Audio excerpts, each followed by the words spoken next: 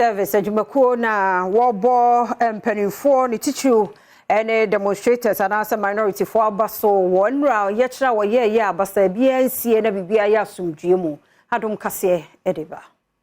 Ghana Police Service ena monkrata iso ede asidapesi ema Ghana fo nyina ene kabi omufo a wonom eboa ye etai wonom wachi ewo bra domkuma ewo mrahye bedwamu eye wo ye kire enra ehine meboso meda neto so miensa afempinu ene aduonu miensa mu wonom na monkrata iso ekoso ade atomanfo nyina enemu se apolisifo esinkete se wonom beboa amomen kabi mamenkabi akonkan na fe wonemanfo nyina Nikebi omufo aka wo ho abomu aye adwuma se de beya asumdue ene emra ewo memu no obia ebedi so. I'm in the briefing session. Okay,